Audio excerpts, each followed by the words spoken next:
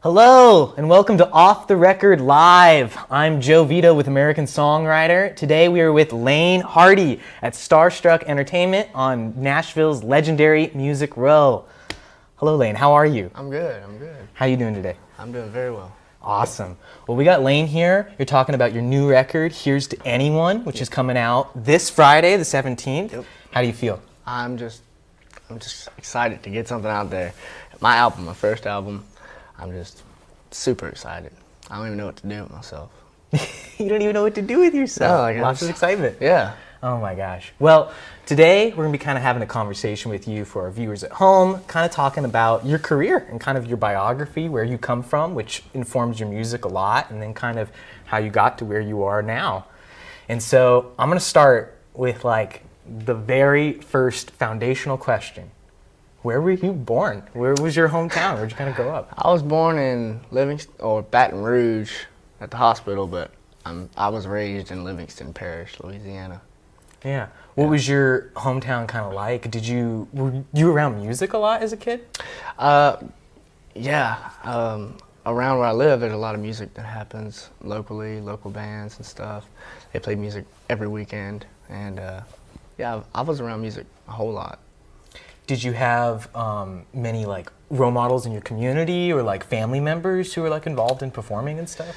I had no family members that performed in their life really, but I mean, there's swamp pop bands out there that we always used to listen to, and I mean that's about it really. Tell us a little bit about this swamp pop. What kind of sound is that?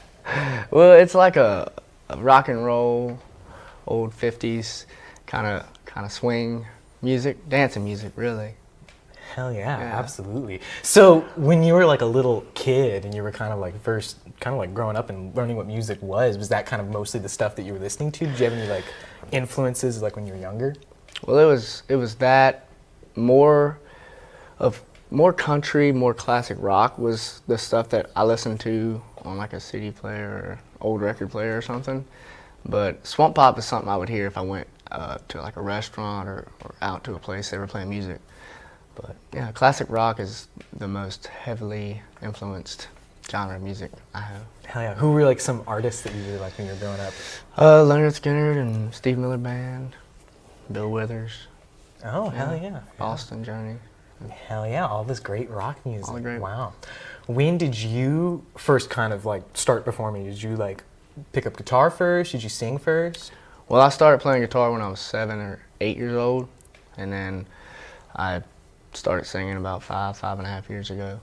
Oh, right on. How did you first get into guitar? Was it like something that you got as a gift, or?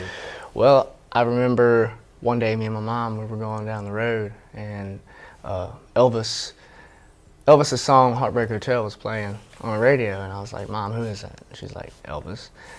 I was like, I want a guitar for Christmas. And then she got me a Walmart guitar. It's like a first act guitar. And from there on, I just practiced guitar, learned how to play it. Hell yeah. Was it a lot of like self-teaching stuff? Well, I took lessons from this local guy down the road from us in Walker, Louisiana, for about, I don't know, like 9 or 10 years. Oh, wow. Yeah. So you probably learned a lot from like the lesson kind of environment? Yeah. Hell yeah. Did you, like, especially, and this is something I think is really interesting, talking to artists who like kind of have come up in like kind of an era where the internet already exists. Did you find that like the internet was a really good resource for learning about like how to play guitar and stuff like that? I would say now is, because back like when I was learning, I didn't really know how to operate it, so I didn't use it. I didn't use the internet. Maybe YouTube to watch Stevie Ray Vaughan or Jimi Hendrix play live or something, but that was about it. Wow. What were like some of the first songs you ever learned how to play on guitar? Well, and it's the basic ones. Smoke on the Water and Sweet Home Alabama. The Solo to Hotel California. Hell yeah, absolutely. Wow. Well, I know that when you kind of got older, you started a band called the band Hardy. What was that kind of like? What's the story there? So when I was 14 years old, I walked over next door to my uncle's house, and they were just playing music. It was my brother, my cousin, my other cousin. It was drums, guitar, and guitar. They were singing. I walked over there with my guitar, and I was like, can I come play? And then from there on, we just started doing jam nights, and then started playing locally in bars, restaurants, and festivals.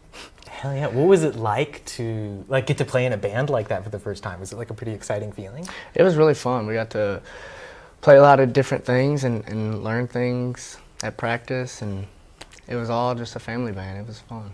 What kind of songs did you guys play? Were there any like standards hits that like the band Hardy would always pull out? Well, I didn't start singing in the band until like a year or two into it, but my brother is the one that normally sang the most, and he would sing like Cumbersome and Pearl Jam songs, and David Allen Coe songs and stuff. Whoa, yeah. What was it like when you guys started gigging out for the first time and like you kind of started to get your chops in like performing in front of an audience? It was crazy because I would stand way back in the back in the corner, like hope nobody sees me back here. It was just really fun to do it all, and it was an experience that I still remember to this day. Yeah. So at that time, I'm curious, like, when did you kind of start thinking about, or if you did at all, music as like a career? Like when you were playing those shows, is that something where you're like, oh, I want to keep doing this, or was it just like for fun at the time? Well, at the time, I didn't have any idea of what I was going to be doing after high school, so that wasn't in my mind at all. But once I started getting to the end of high school, like my junior and senior year, I was like, what am I going to do? So I canceled out a lot of things. I canceled out football, I canceled out baseball, I canceled out college. It still could be a thing. If I ever wanted to go, I could still go. But I chose music, and yeah, I'll just chase it. Yeah, wow. So kind of switching gears and kind of starting to talk about kind of the next chapter in your story, when did you first hear about American Idol? Was it something that you knew about when you were a kid? I remember watching it as a kid. I seen Carrie Underwood's, I seen Jennifer Hudson and all of them, but then it got refreshed to my memory when my mom asked me to go try out. I didn't watch it for a long time. Yeah. Wow. What did you think when your mom asked you to try out? Were you like into it? Were you a little hesitant? I was hesitant. I was like, Mom, are you serious? I was like, are you crazy? I just started singing. She's like, well, son, for me? I was like, okay, I'll do it. Oh my gosh. So what was that very first audition like? What is even like the process of like auditioning for American Idol like cold for the first time? Well, you don't know what you're doing. Nobody really does. And you get into the building.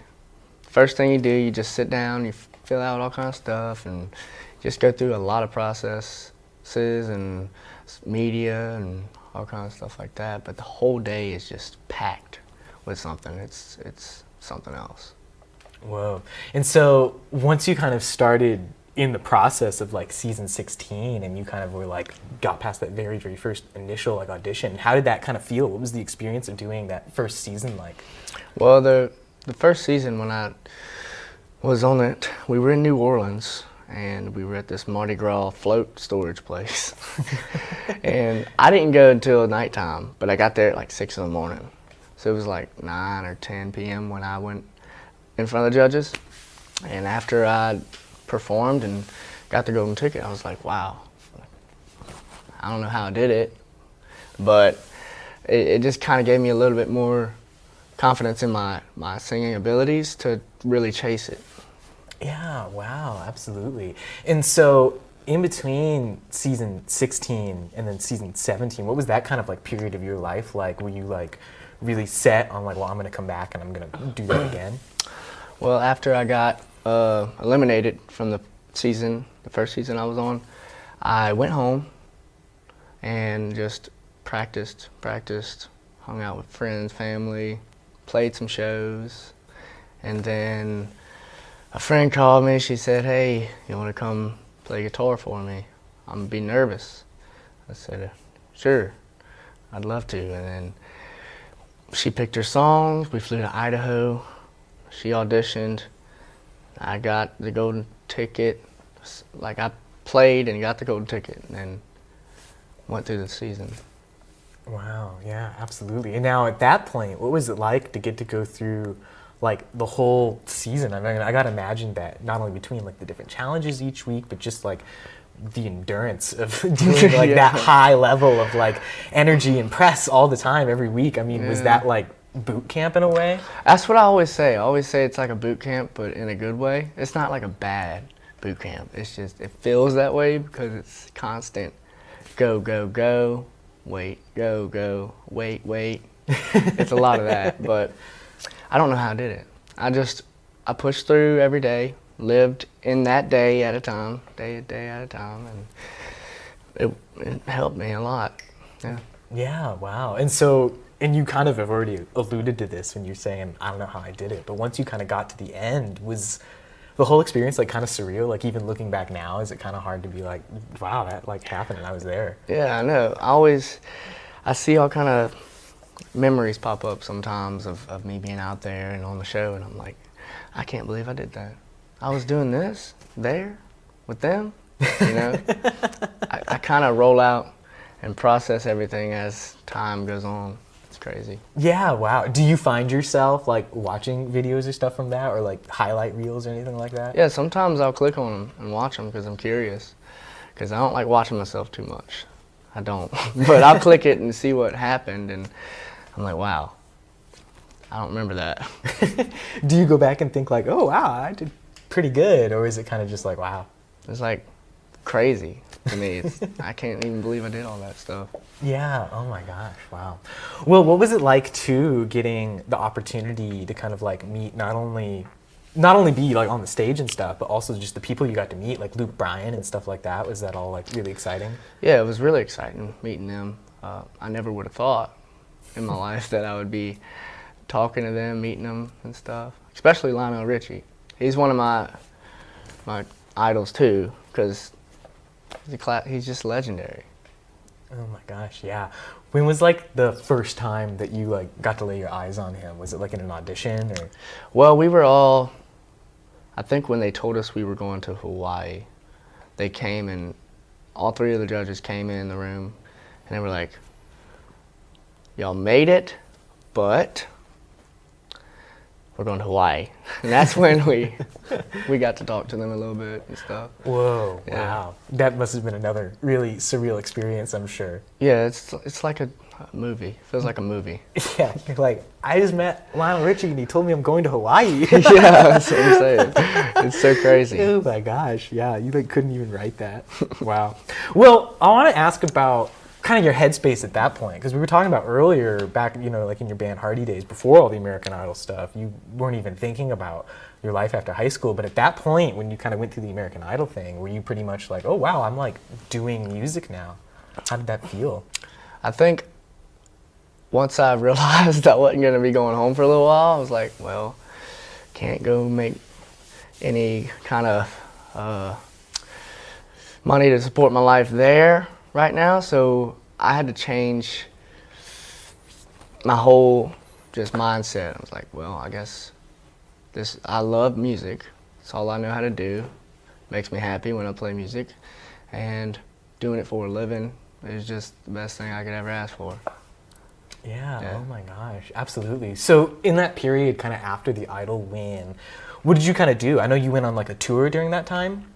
Yeah, I don't think it was a Idol tour, but we went on a fall tour later after the show, and I headlined most of the shows, and it was just a good experience and a lot of memories.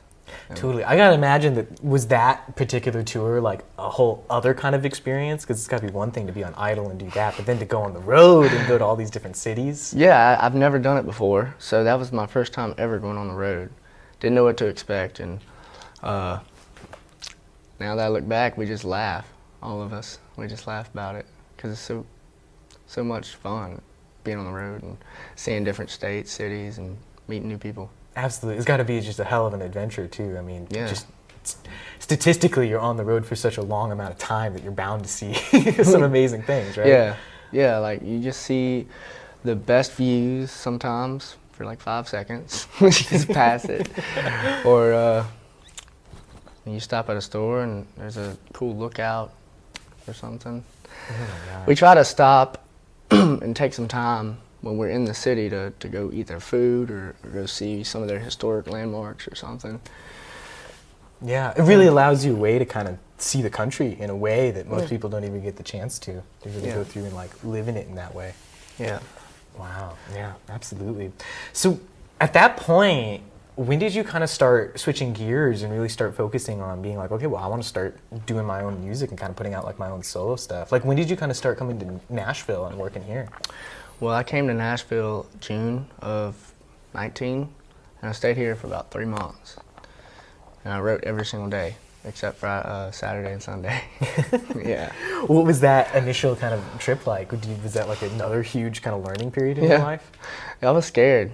When I first got here, I was like, I don't know anybody out here. I was alone. I wasn't with nobody. I didn't have nobody. So I just met a bunch of songwriters and became friends with a bunch of people. And a few idol people were out here too, so they would hang out with me every now and then. But when the first day I had to songwrite, I was calling my people in Los Angeles. I was like, what do I do? I mean, I've never written before. I feel like I'm not going to be that good. And they were like, just go in there. They'll be great. They're going to teach you a lot. And sure enough, went in there, and I can't remember who I first wrote with. Might have been Brandon Day, Carrie Barlow, and two other people, but they were nice. And then every songwrite was just a learning experience in itself, and they were really patient with me because I didn't know much about songwriting. And you don't have to know much about songwriting. You don't. Like it's like it's creativity, and it's just art. So anybody can do it. Yeah, absolutely. I totally agree. Wow. And so that must have been like a really kind of unique experience. Do you feel like even in the process of like getting in that room and learning how to like start writing songs, did that kind of help you kind of piece together like, oh, who am I as like an artist and stuff like that? Yeah, as the days went by and we were writing, I started figuring out the things that I like talking about in songs and putting into songs, and it's starting to get there now, actually. Like I'm getting to the point to where I can kind of hone in on the style and the ways that I want to talk about certain things. So. Oh yeah, absolutely. That's got to be a great feeling too, to be able to have that kind of like focus of your creative energy as well. Yeah. Wow, yeah. So when did you first kind of meet Michael Knox, who I know that he's helped you with producing a lot of stuff? I think I met him 2020, I think, sometime then, and that's when we started figuring out what songs and the style, and we just good friends now. Yeah. He's a great guy. Yeah, what's it like kind of like working with him? Well, we went to Cracker Barrel. Yes, I love how this story starts. Yeah. We went to Cracker Barrel, got some like lunch or breakfast or something. And we were just talking, and we got along real well. He's from Georgia, I think, and he was telling me all kind of stories about his life back home growing up and stuff, and we just kind of like worked great together, I think. And in the studio, he's just really good. He's just a genius when it comes to that kind of stuff. My ideas are always unorganized, so he kind of put it together in straight line. Whoa. Yeah. Yeah, that's so cool to hear about. Wow. So I want to kind of start talking about Here's to Anyone and kind of how this record came together, but I kind of want to set the stage too and just talk a little bit about kind of what this time has been like. And obviously the pandemic is kind of a dominant thing that's kind of defined these times. What was the pandemic like for you? When did it kind of like start for you? What was like early quarantine like? Well, I remember 2020, the beginning of March or the end of March. We wrapped up The Ground I Grew Up On music video, and then that's when quarantine happened. So after that, couldn't really go nowhere. So I just went back home and built a studio and just went on the river, hung out with friends, and I kind of practiced my singing and guitar playing a lot most of that year. Yeah, whoa, that must have been cool. What was like kind of the studio that you built like? Was it like a home studio type thing? Well, me and my buddy, we were building these benches out in the shop. We were bored. We didn't have nothing to do. So we were building these benches out of like random wood. And then a few days of that, we were like, let's build a tree house. Yeah, So like you gotta do. So then we scratched the tree house. We're like, let's build something 10 foot off the ground and make it look like a chicken coop. So the studio is called a chicken coop. And it's red. It's like a pole barn style. And me, my dad, and him, my brother, cousin of mine, and we built it. Whoa, that's gotta be awesome. Yep. Was that cool to kind of have, especially after I'm sure all of the kind of years with doing the Idol stuff and kind of like setting the foundation for your career, to have that like period of time where you could kind of just step back and just like hang out and like enjoy yourself like that? Yeah, it kind of let me get my mind off of the craziness that I was going through, and I never really got time to slow down until that time. So when I finally got to just calm down for a second and see things from a different perspective, it was really refreshing, and it kind of reset my whole mind in a way, I guess you could say. Yeah, absolutely. Wow. And so what was Here's to Anyone kind of like going into pandemic? How much of the record was already finished at that point? How much of it was kind of done in the pandemic? I think Ground I Grew Up On, Let There Be Country, Tiny Town, and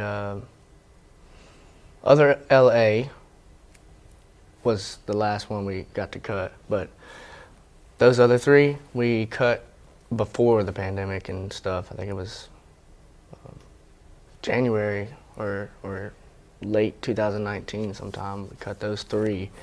Other LA we cut in like middle of the year or something like that. And then California Won't, we cut that a while back with the other ones. So yeah, wow. So what was it kind of like going through the pandemic and having like this record that you knew was going to come out? And I know you had singles coming out too at the time. Was it kind of like odd to have these like singles coming out at a time when like you couldn't go out in the world and even see people? Was that like a little, we keep saying the word surreal, but was that surreal too? Yeah, it was crazy because we couldn't go do radio tours, we couldn't tour, be in physical contact with people or nothing, but we did like a virtual tour thing. What was that like? I learned a lot. It's different, but it's a cool way to still interact with your fans when you can't meet them. Yeah. Yeah. Well, again, that's like such a crazy thing about, we were talking about the internet and how it's grown, and now especially all the tools that it has for music. I'm sure being able to connect with people in that way, that's like, what a technical marvel. I know. Crazy. Kind of. Wow. Well, talking about this record, something I wrote down in my notes is that I really love the particular like sound and style of the album, and I think it's like such a great kind of combination of like all these kind of like classic country kind of sounds, but then you also have all these like modern elements to it, like the production or like the ethereal guitars and stuff. And I just was going to ask you about what was kind of like the recording process like, and working with like Michael Knox specifically when you guys were putting all this together. Was there like goals that y'all set out with, or like, well, I want to make it sound like this, or I want to make it sound like that? I think I let his brain do a lot of that cool stuff. But I remember us talking. He was like, Laine, what do you think you would want your sound to sound like?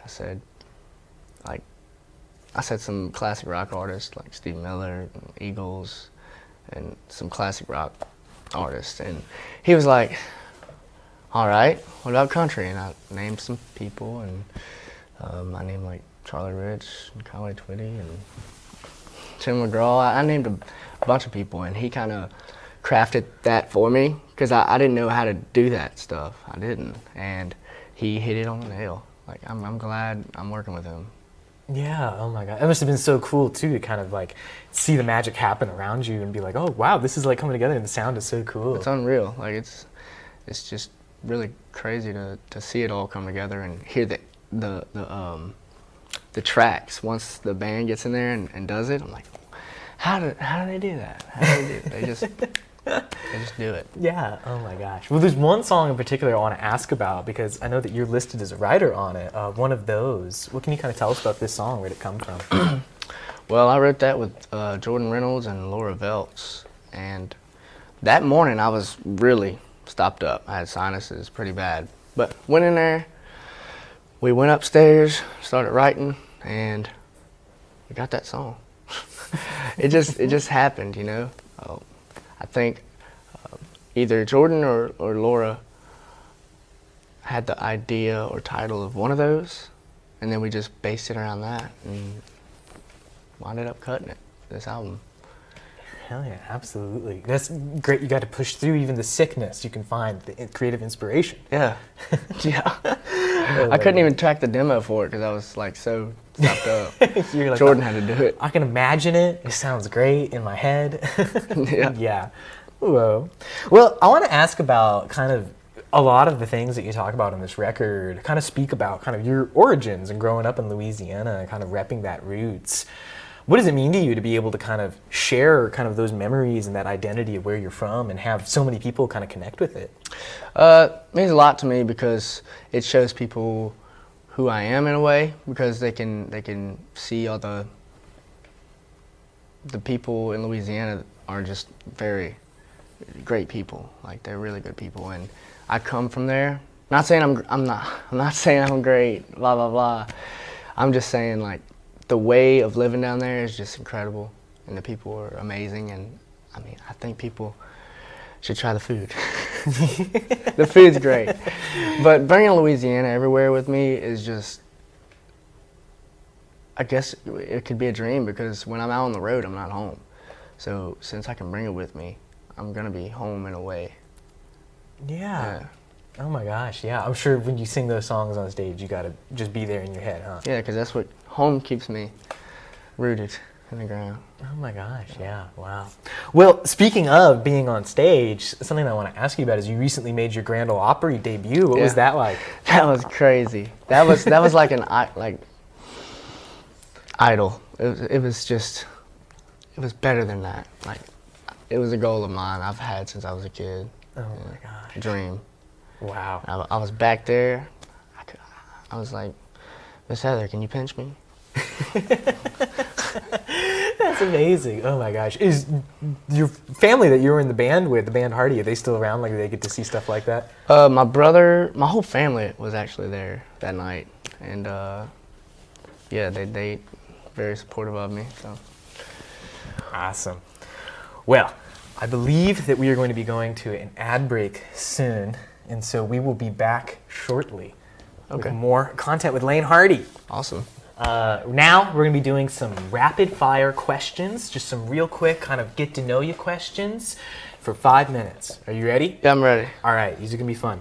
What's your favorite drink? Mountain Dew. Mountain Dew, wow. What's your favorite season? Winter. When are you most productive? Spring. Spring? Just Yeah. all of the spring. Yeah, when am I most productive? I don't know. That question's... No. Do you feel like you're a night person or like a morning person? Night. I'm a morning person too, so. All right, well, nighttime in spring, Yeah. especially productive. Yes. Nighttime in spring before summer. Yeah, there you go. Oh my gosh, there's magic in the air. Chocolate or vanilla? Chocolate. What's your favorite word?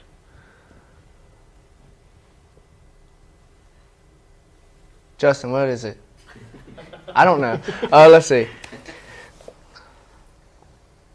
To be honest with you, I guess. Saying to be honest with you? With you, yeah. You're right about that. What was your first job? This. Right on. Yeah. Wow. What is your most used emoji?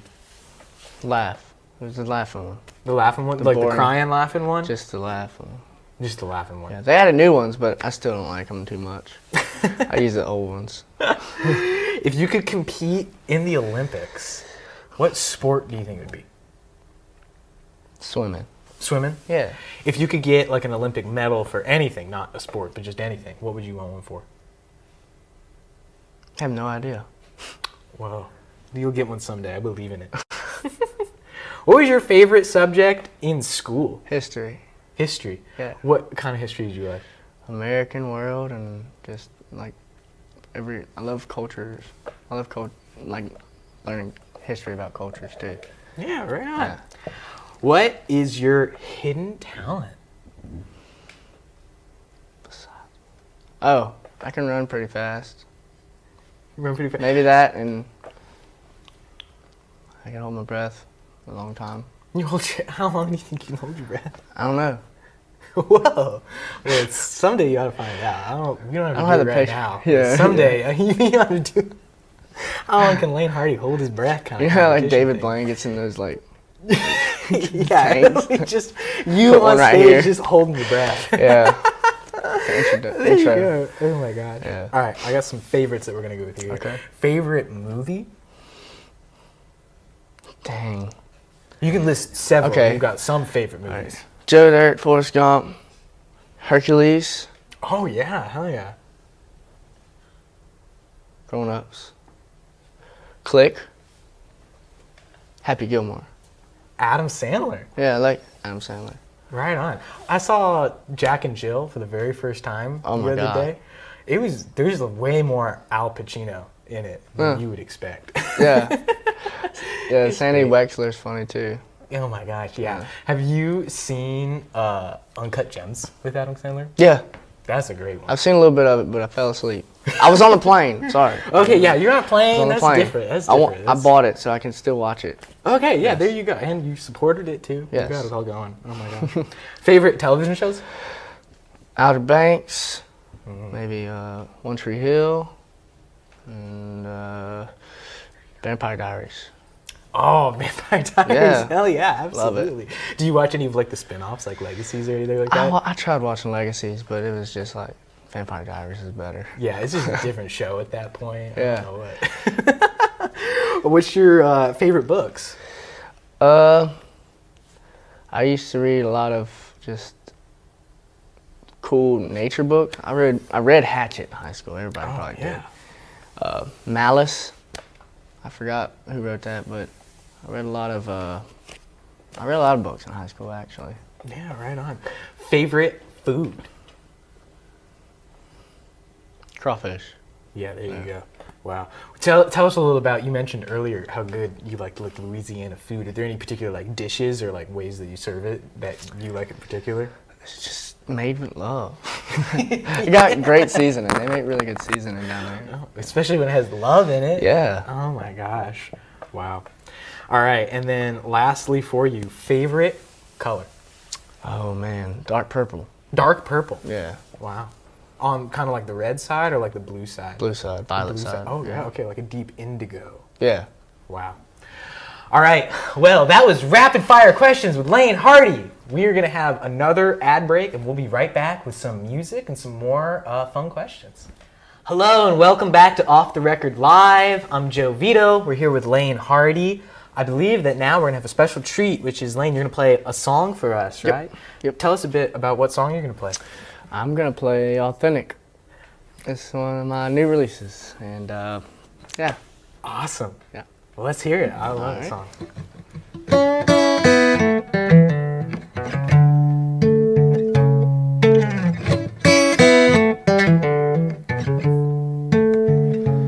Well, it's 25 miles out of Highway 9. It'll get you to the turn where you're going. The dogs come flying off that front porch soon as that screen door opens. Old Cotton John comes out to the truck, said, son, this here's the good stuff. These old boys running around these fields don't want nothing but the real deal. Well, it's who we are, it's what we do, the way the good Lord made it. It's in the blood, tires in the mud, it's just life that we're living. It's tried and true, can't buy it new. If you think you can, you don't get it. If it burns your lips when you take a sip, you're gonna know that it's authentic.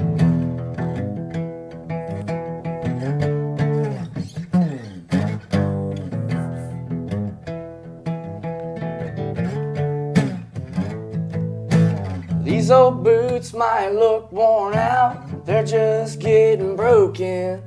We're living proof of those country songs down home and we know it. Well, it's who we are, it's what we do, the way the good Lord made it. It's in the blood, tires in the mud, it's just life that we're living. It's tried and true, can't buy it new. If you think you can, you don't get it. If it burns your lips when you take a sip, you're gonna know that it's authentic.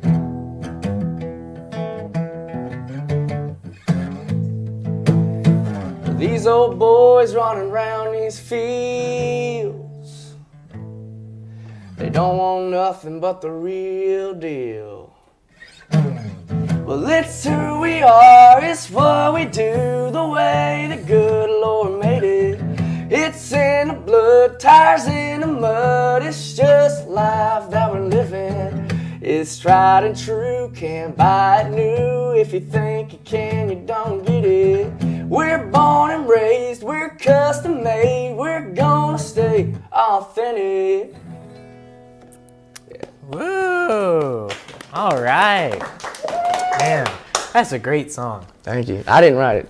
I think David Lee Murphy was a writer, and two other people. Do you remember when you heard it for the first time? Yeah, I was like, I really love that song. I think I heard how rocky it was, and I was like, I want to see. You were like, yeah, I think I would like that song. I would love to perform that song, you know. Oh my gosh, yeah. Tell their story. Fantastic. Wow. Yeah. Well, I believe that we are going to go to another break here. And we got Michael behind the camera, and he's showing me the sign here, and it says that we will be back with Laine Hardy after these quick ads. Hello, and welcome back to Off the Record Live. I'm Joe Vito. We're here with Laine Hardy, and now we're going to be playing kind of a fun game where what's going to happen is I'm going to kind of name an artist, and we're going to see if you can play one of their songs. It could be any of their songs. You can be playing it on the guitar. You can be singing it. If we can conjure this song into existence in this room, we'll call it a victory in some way. All right. Are you ready? Yep. First artist for you is, could you play a George Jones song? I'm just a bartender. I don't like my work, and I don't mind the money at all. I need 4 walls around me to hold it. Yeah, hey, there you go. That was pretty good. Oh my gosh, wow. All right, here's a fun one. A Boston song.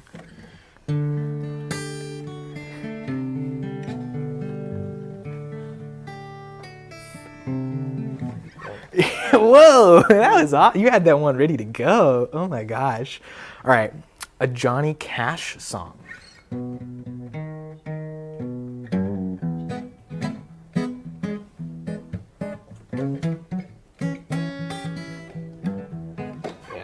Oh my gosh, yeah, shredding right there too. Wow. All right, a Bryan Adams song.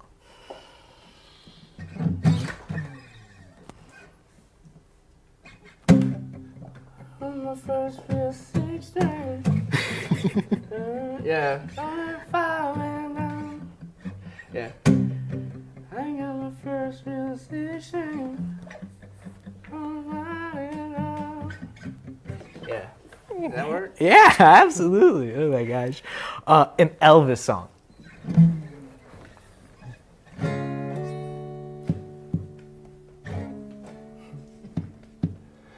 Went through a party in the county jail. The prison band was there and began to wail. The band was jumping and the drum began to swing. Should have heard knocked out Jerry sing letter.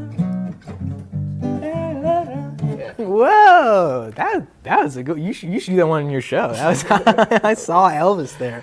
Oh my gosh, wow. All right, a Steve Miller song.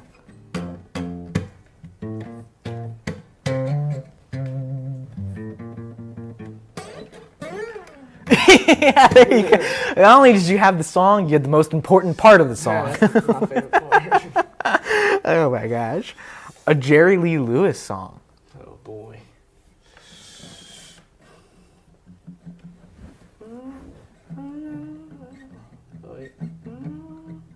Oh man. What's that song? Great Balls of Fire? that's the one. Well, I lost to that one. that's all right. You know, you don't have a piano with you. You got an impediment there. The piano would help a lot. Player right there. Yeah, it's all sorts of messed up. Oh my gosh! Wow. Well, we got I know one it. more. I know You it. know, I yes. don't know You got the name of the song, and that's Yeah. pretty good too. Wow. All right, and then we got one more song. Could you do a Luke Bryan song?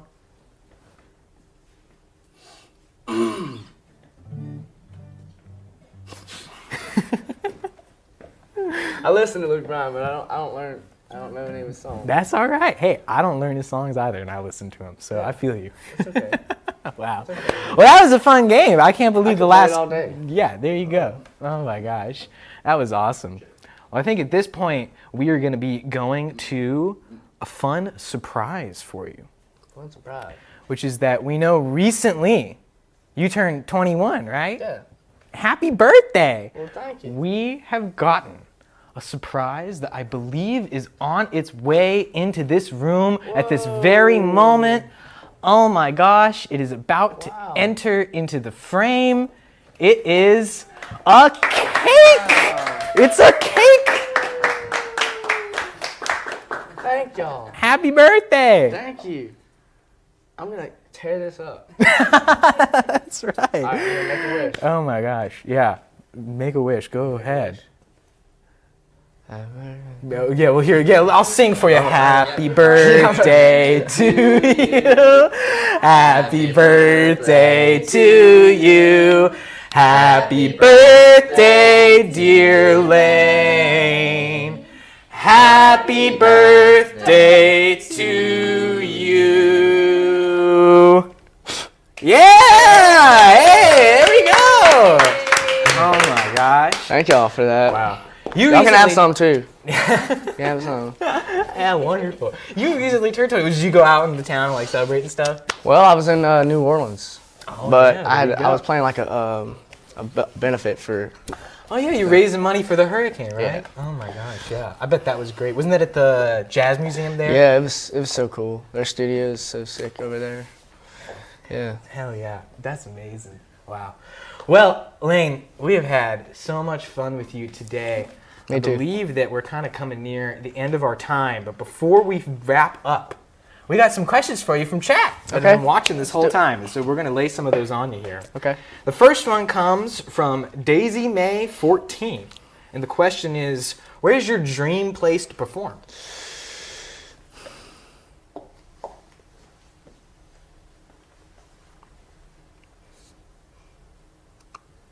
Italy or Greece. Italy or Greece? Whoa, that'd be cool. Yeah. Kind of like, are you imagining just like anywhere in there? Or do you see like the Pink Floyd live in Pompeii type thing too? Some cool like stage that has a look of all the blue water and cool mountains and stuff they got.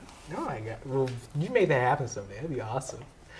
From Battles Wharf Music, if you could collaborate with any artist, living or dead, who would it be?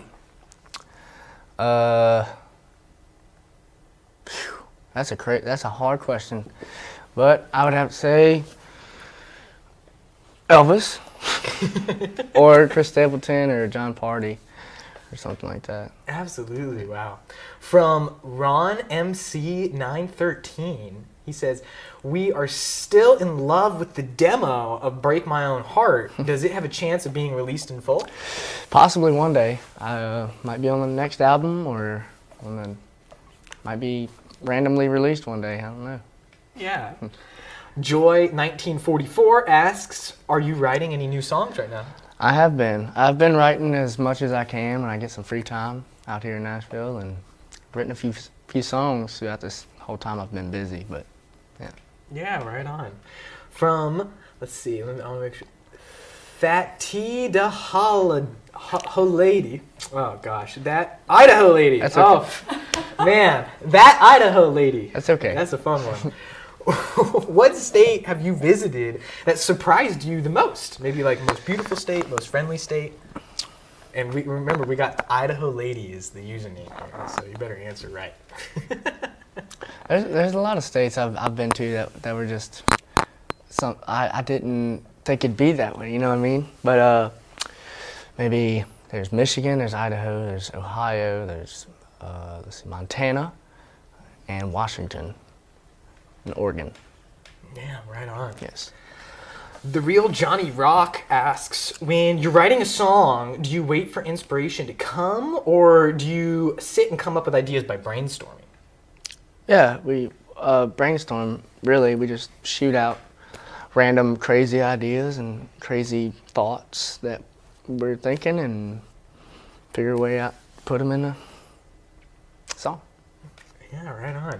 From Gaming Tatum Lynn 64, we have, what do you do to keep energized after touring or after an event? Do you ever get worn out or forget lyrics while performing? Yes. Well, I get to sleep as fast as I can, but normally we don't get that much sleep, but we finally catch up the day after or something. But I just take it easy and relax a little bit when I can. And yeah, I mean, sometimes I have forgotten lyrics. Happens to everybody, I think. But I recover. I'll restart the whole song if I mess it up too much. Oh yeah, have you done it before? Yeah, a lot. A lot? I've done that a lot. I just like restarting the song if I mess it up. Well, I think there's something to say about that. You might as well get the whole song. Yeah. Yeah, and then it becomes kind of this cool moment. If it's that bad, sometimes I'll restart. But if it's just one word or something, then we'll keep going. Yeah, right on. Wow. Wendy Powell asks, will your music be available on a CD to buy in the UK? She said no. Not yet. I didn't say that. She said that.